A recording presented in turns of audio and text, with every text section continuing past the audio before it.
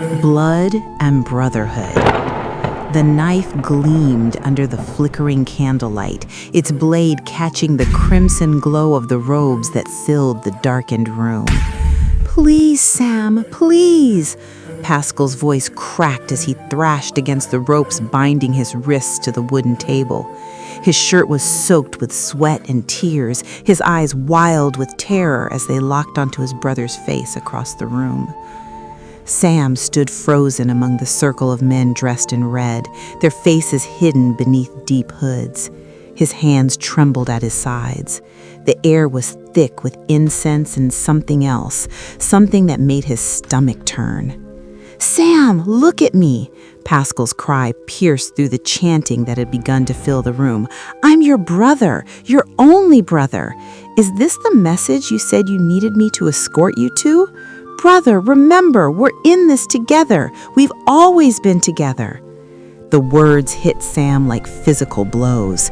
His chest tightened as memories flooded back. Paschal sharing his last meal when Sam was hungry. Paschal taking the blame when Sam broke their mother's favorite plate.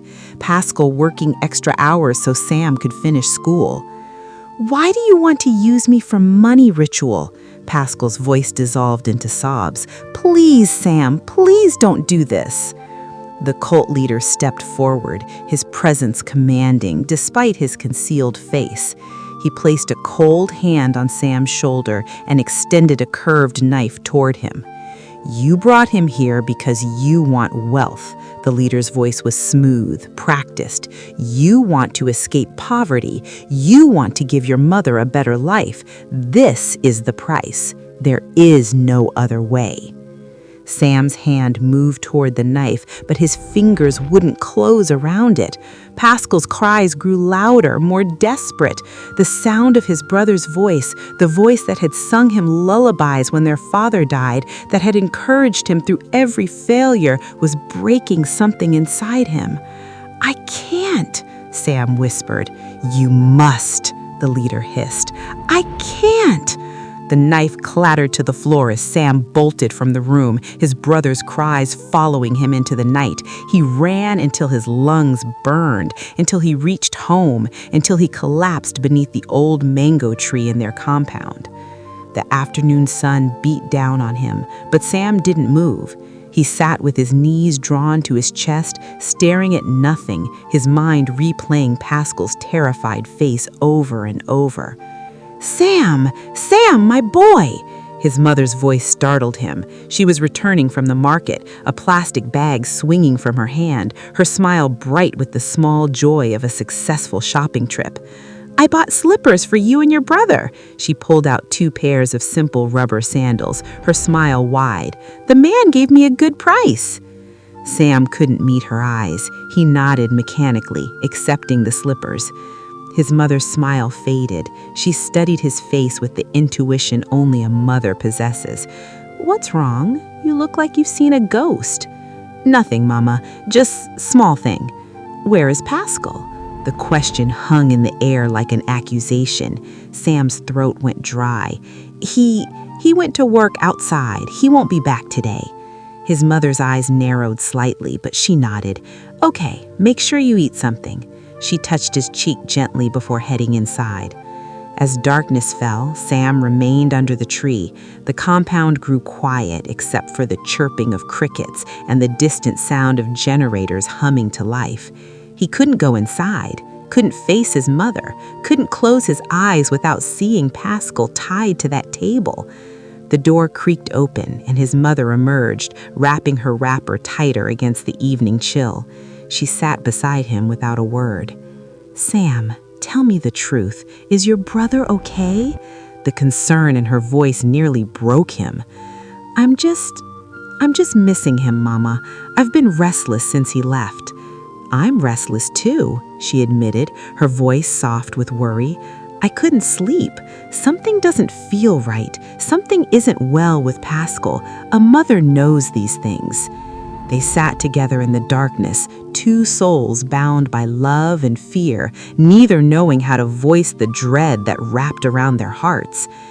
That night, sleep came to Sam like a predator. In his dream, the cult leader appeared, his face still hidden but his voice crystal clear. If you fail to come and do the needful tomorrow, you will die, or you will run mad for the rest of your life. There is no escape from what you've started. Sam woke gasping, his sheets drenched with sweat. In the occult room, Paschal lay alone on the table, his wrists raw from struggling against the ropes. Tears had dried on his cheeks, replaced by new ones that fell silently. The room was empty now, dark except for the dying embers of candles. "God, please," he whispered into the darkness, "if you can hear me, please save me. Please save my brother." Morning came too quickly. Sam found himself walking back to that place as if pulled by invisible strings.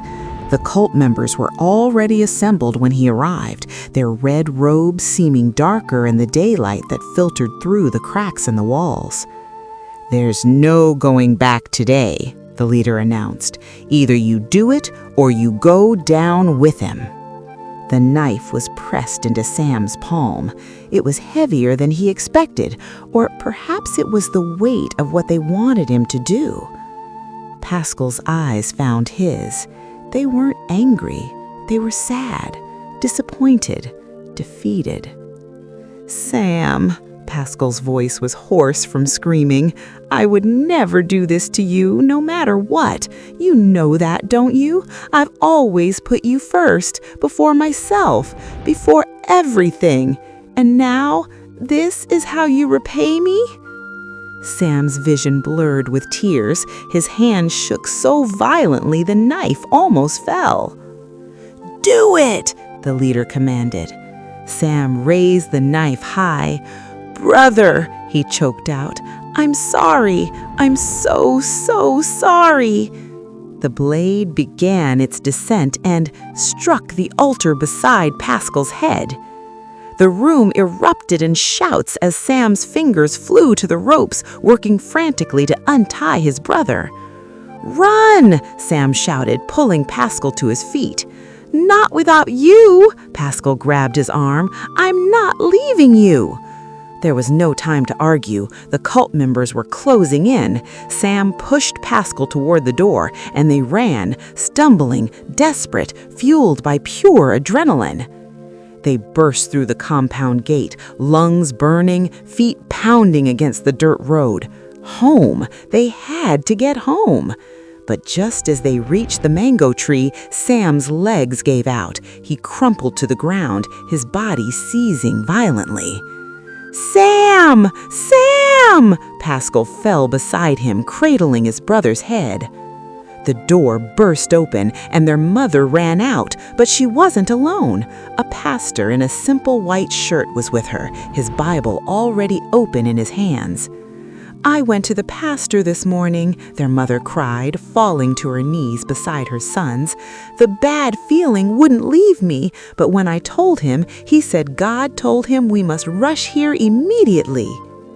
The pastor's voice rang out strong and clear, commanding and rebuking, calling on the name of God with an authority that seemed to push back the very darkness that had followed them home.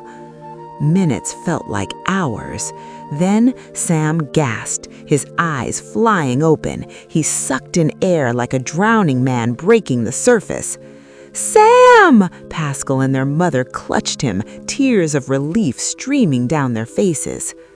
When Sam could finally speak, he fell to his knees before his mother. "Mama, I'm sorry. I'm so sorry. His voice broke. "I almost killed my own brother for money. I was foolish. I was wicked. Please forgive me." He turned to Paschal, unable to look him in the eye. "Brother, you've always been there for me, and Paschal pulled him into a fierce embrace. "You chose right in the end. That's what matters." Their mother wrapped her arms around both her sons, holding them as she had when they were children afraid of the dark.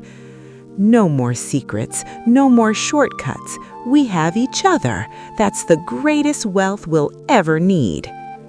As the sun climbed higher in the sky, washing away the shadows of the terrible night, 3 figures remained huddled together under the mango tree, broken but whole, tested but standing, bound by something far stronger than any promise of money or power.